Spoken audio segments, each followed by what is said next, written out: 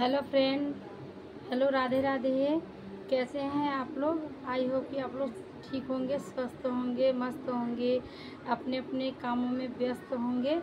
तो आप लोग को मैं एक और शिव जी का गीत लेके आई हूँ, क्योंकि अभी सावन चल रहा है और सभी का डिमांड है कि शिव जी का मतलब गीत गाइए। कोई बोला था, लाइव में बोला था, बट मैं बोली कमेंट कर दीजिएगा। तो ठीक है, तो आपको मैं एक शिव गीत सुनाने जा रही हूँ। अच्छा लगेगा तो लाइक, कमेंट और शेयर जरूर करिएगा।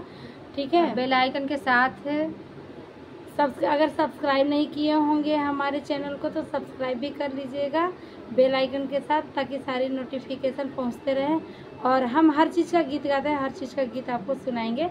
अब क्योंकि अभी भोले बाबा का दिन चल रहा है और कजरी, बस हमें अभी दो ही गीत सुनाएंगे आपको, बाकी और आगे का आगे।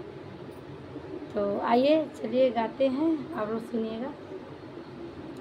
के उठावले शिवा के शिवाला के उठावले शिवा के शिवाला के बैठावे पूजेरी महादेव बैठिया सनमा बैठिया सन मारी महादेव बैठिया सन मार राजा बैठावल शिव के शिवाला राजा उठावल शिव के शिवाला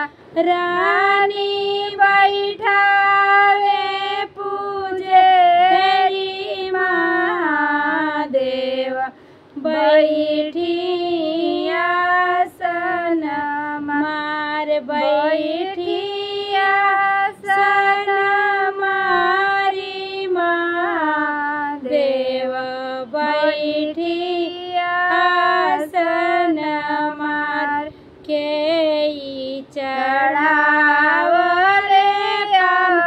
छला चंदन के चढ़ावले